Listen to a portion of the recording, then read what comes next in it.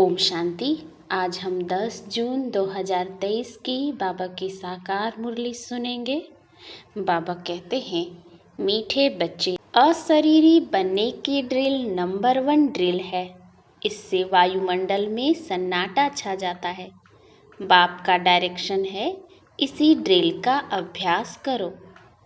प्रश्न: दुनिया के अनेक विघ्नों के बीच में रहते हुए एक रस और खुशी में कौन रह सकते हैं? उत्तर: जो किसी भी विघ्न की परवाह नहीं करते।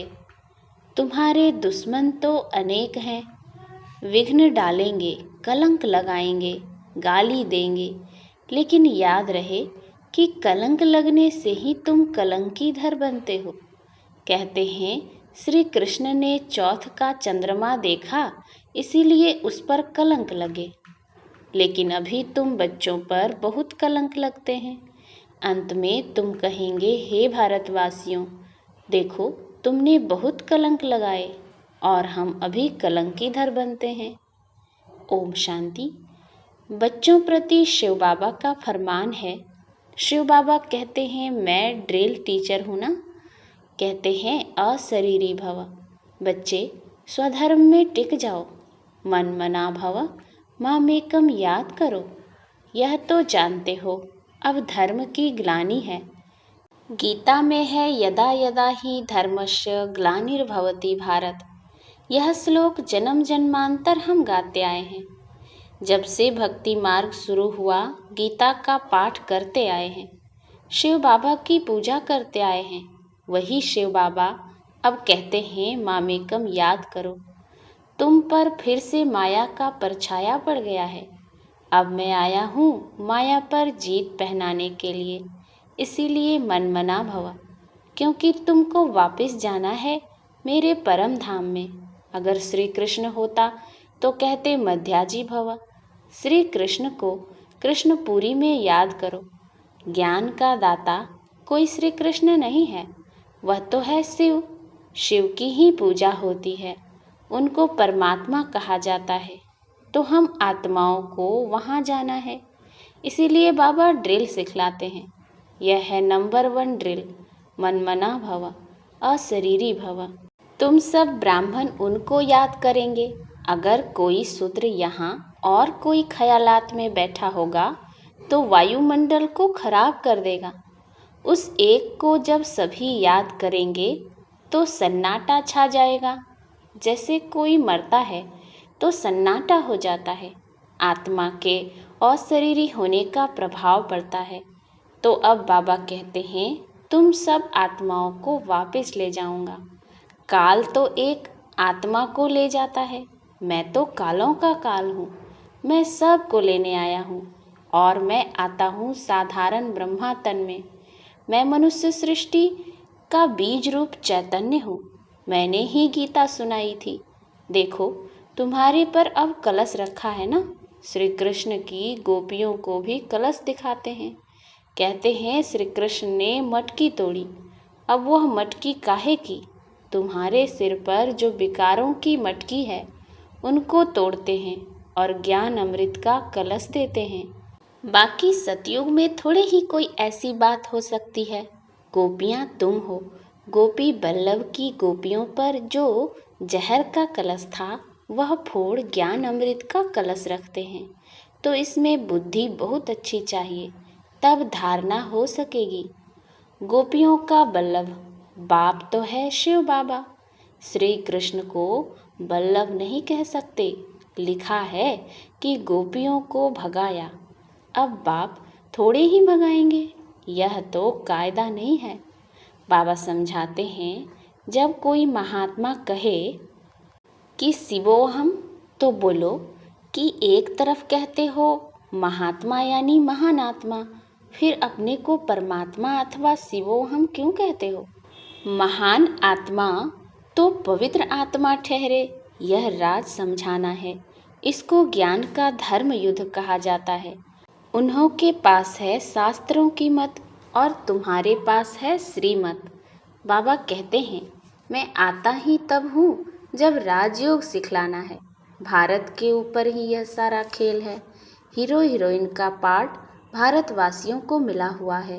वास्तव में वंदे मातरम भी इन माताओं को कहा जाता है। वह लोग तो भूमि को मातरम कहते हैं। भूमि तो तत्व है, उनको थोड़े ही माता कहा जा सकता है। इस धरनी में रहने वाली तुम माताएं हो, तुमको वंदे मातरम कहा जाता है। वह भूमि को वंदे मातरम कहते हैं तो भूत पूजा हो गई। अभी तुम बच्चे योग बल से अपनी बादशाही लेते हो। सब मेहनत करते रहते हैं पवित्र बन बादशाही लेने लिए।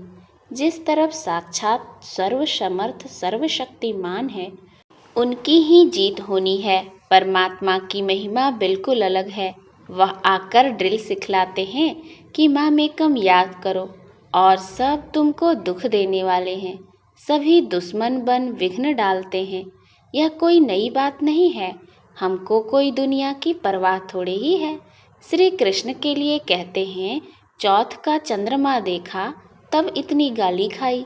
कलंक जिन पर लगाते हैं वही फिर कलंकीधर बनेंगे। फिर अंत में कहेंगे, अरे भारतवासियों, तुमने हमें कितनी गाली दी। देखो हम यह बन रहे हैं, राज्य भाग्य ले रहे हैं। लड़ाई के मैदान पर तो बहुत सहन करना पड़ता है, तो जो राज्य भाग्य लेते हैं उन पर बलिहार जाना पड़ता है।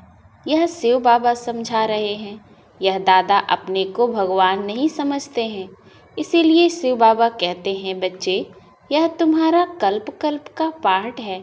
तुम भी कहेंगे, जब जब धर्म की ग्लानि होती है तब बाबा आते हैं। अब बाबा आया हुआ है और हम बाबा से वर्षा ले रहे हैं। निमंत्रण पत्र में भी लौकिक बाप के हद के वर्षे और पारलौकिक बाप के वर्षे वाली पॉइंट बहुत अच्छी लिखी हुई है। बेहद के बाप से ही बेहद का वर्षा मिलता है। लक्ष्मी नारायण को बेहद का वर्षा किसने दिया? बाबा ने। तो यह सब समझने की बातें हैं। हमारा यह सितम सहन करने का भी पाठ है। 21 जन्मों के लिए बादशाही मिलती है तो इसमें मेहनत करनी पड़ती है। गाया जाता है, सन सोज फादर, स्टूडेंट सोज टीचर। अब तुम्हारा रियल पार्ट है। तुम समझा सकते हो, वही हमारा बाप टीचर सतगुरु है। वही मनुष्य सृष्टि का बीज रूप रचयिता है। सब जीव आत्माओं का बाप है। उनको सर्वव्यापी कैसे कहेंगे? बाप तो ऊपर रहने वाला है, तब तो दुख में उनको याद करते हैं। वह आते तब हैं जब धर्म ग्लानि होती है। बाबा कहते हैं, हमारी जन्मभूमि भारत के रहवासी जब दुखी होते हैं तब मुझे आना पड़ता है। परमात्मा की जन्मभूमि भारत है। यह अक्षर कोई के मुख से कभी निकलेगा नहीं। अगर सब परमात्मा हो तो सबकी जन्मभूमि भारत होगी। बाबा कहते हैं, सभी प्रिसेप्टर्स को भी मैं मुक्ति धाम ले जाता हूँ। जब उन्हों को यह मालूम पड़े कि हमको मुक्ति देने वाला बाबा है, वह भारत में जन्म लेते हैं, तो भारत बहुत बड़ा भारी तीर्थ बन जाए। समझो, सभी को मालूम पड़े परंतु आ कैसे सकें? सभी तो भारत में आ ना सकें। इतना तो अन्न नहीं है भारत में। यह सुनकर बहुत बहुत खुश होंगे कि ओहो, हमारा बाबा जो इन गुरुओं आदि को भी मुक्ति देते हैं, उनका जन्म भारत में होता है। पहचानेंगे तो नॉलेज से ना, और क्या देखेंगे? ब्राह्मणों में जब किसकी सोल आती है तो उनके भी बोलने से पहचानते हैं ना। बिगर बोलने पहचान कैसे हो सकती? बात करने से मालूम पड़ेगा बरोबर फलानी आत्मा है। शिव बाबा भी जब नॉलेज दें तब समझें कि शिव बाबा बोलते हैं। ज्ञान यह तो दे न सकें, यह सिवाय बाप के कोई समझा ना सके। कभी कभी कोई कहते हैं हम शिव बाबा से बात करें, परंतु उनको पहचानेंगे कैसे? समझ भी नहीं सकेंगे। बुद्धि से समझना चाहिए कि यह नॉलेज बाबा के सिवाय कोई दे नहीं सकता। देखो कहाँ कहाँ बच्चियाँ बिगर देखे तड़फ रही हैं शिव बाबा से मिलने। जरूर उनकी ताकत है जो खींचती है, कशिश होती है तो उन्हों को सफ़ेद पोश का साक्षात्कार कराते हैं। इसीलिए बाबा कभी हमारी ड्रेस बदलने नहीं देते हैं। तो उनकी नॉलेज से मालूम पड़ता है। बहुतों को भिन्न भिन्न प्रकार के साक्षात्कार भी होते हैं, परंतु उनसे क्या फ़ायदा? तुम्हारा काम नॉलेज से है, यह नॉलेज कोई दे न सके तो यह सारा गुप्त पाठ हुआ। कहते हैं मैं आत्मा का रूप धारण कर इसमें प्रवेश हो जाता हूँ, तो यह नॉलेज इतनी बाबा ही देते हैं, हम थोड़े ही जानते थे। बाबा देखो कितनी कमाल करते हैं, कहते हैं मुझे अपना वारिस बनाओ, मैं तुम्हारी इतनी सेवा करूँगा जो तुम्हारा बच्चा भी कभी नहीं कर सकेगा। मैं तुमको 21 जन्म के लिए राज्य भाग्य दूंगा। फिर भी अगर वारिस ना बनावे तो तकदीर कहा जाता। तुम बच्चियां जानती हो हम शिव बाबा से वर्षा लेने लिए यहाँ आए हैं। शिव बाबा को और वैकुंठ को तुम सिवाय दिव्य दृष्टि के देख न सको। ज्ञान तो बिल्कुल क्लियर मिल रहा है ना। हमको बाबा राजयोग सिखलाते हैं। ऊंचते ऊंच वर्षा है वैकुंठ की बादशाही, सो भी पढ़ाई से मिलती है, कोई भी राजयोग सिखला ना सके। हम नर से नारायण बनते हैं, यह राजयोग सिखलाते ही अंत में है। तब तो फिर सतयुग में राजा रानी बनेंगे। यह मूसलों की लड़ाई प्रसिद्ध है। गीता से देवी देवता धर्म की स्थापना हुई। उस समय तो और कोई धर्म था नहीं, वे सब कहाँ गए? विनाश हुआ। बिल्कुल सहज बात है। ट्रेन में तो तुम बच्चे बहुत सर्विस कर सकते हो, फिर भी प्रजा तो बन जाएगी। गाड़ी का डिब्बा ही तुम्हारी प्रजा बन जाएगी। बैठकर सुनेंगे तो उनको बहुत अच्छा लगेगा। लिटरेचर हाथ में होना चाहिए, साथ में लाडला श्री कृष्ण भी होना चाहिए। अच्छा, मीठे मीठे सिकिलधे बच्चों प्रति माता पिता बाप दादा का याद प्यार और गुड मॉर्निंग। रूहानी बाप की रूहानी बच्चों को नमस्ते। हम रूहानी बच्चों की रूहानी बाप दादा को याद प्यार गुड मॉर्निंग और नमस्ते नमस्ते नमस्ते। धारणा के लिए मुख्य सार। पहला, 21 जन्मों की तकदीर बनाने के लिए शिव बाबा को अपना वारिस बनाना है। हर कर्म से बाप टीचर सतगुरु तीनों का शो करना है। दूसरा, ज्ञान क्लियर मिल रहा है, इसीलिए साक्षात्कार की आस नहीं रखनी है। साक्षात सर्व समर्थ बाप हमारे साथ है, इसीलिए विघ्नों से घबराना नहीं है। वरदान, मेरा बाबा के स्मृति स्वरूप द्वारा समर्थियों का अधिकार प्राप्त करने वाले समर्थात्मा भव। कल पहले की स्मृति आते ही बच्चे कहते तुम मेरे हो और बाप कहते तुम मेरे हो। इस मेरेपन की स्मृति से नया जीवन नया जहान मिल गया और सदा के लिए मेरा बाबा इस स्मृति स्वरूप में टिक गए। इसी स्मृति के रिटर्न में समर्थी स्वरूप बन गए। जो जितना स्मृति में रहते हैं उतना उन्हें समर्थियों का अधिकार प्राप्त होता है। जहाँ स्मृति है वहाँ समर्थी है ही। थोड़ी भी विस्मृति है तो व्यर्थ है। इसीलिए सदा स्मृति स्वरूप सो समर्थ स्वरूप बनो। स्लोगन, हार्ड वर्कर के साथ साथ स्थिति में भी सदा हार्ड मजबूत बनो। मातेश्वरी जी के मधुर महावाक्य हैं। सार है, सृष्टि की आदि कैसे होगी। बहुत मनुष्य यह प्रश्न पूछते हैं कि परमात्मा ने सृष्टि कैसे रची है, आदि में कौन सा मनुष्य रचा।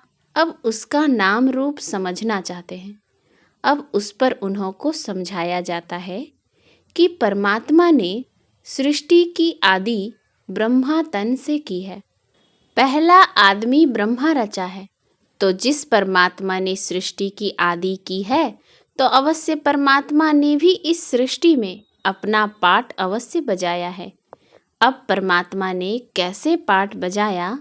पहले तो परमात्मा ने सृष्टि को रचा, उसमें भी पहले ब्रह्मा को रचा, तो गोया पहले ब्रह्मा की पवित्र आत्मा हुई, वही जाकर श्री कृष्ण बनी। उसी तन द्वारा फिर देवी देवताओं के सृष्टि की स्थापना की, तो दैवी सृष्टि की रचना ब्रह्मा तन द्वारा कराई। तो देवी देवताओं का आदि पिता ठहरा ब्रह्मा। ब्रह्मा सो श्री कृष्ण बनता है। वही श्री कृष्ण का फिर अंत का जन्म ब्रह्मा तन है। अब ऐसे ही सृष्टि का नियम चलता आता है। अब वही आत्मा सुख का पाठ पूरा कर दुख के पाठ में आती है, तो रजो तमो अवस्था पास कर फिर शूद्र से ब्राह्मण बनते हैं।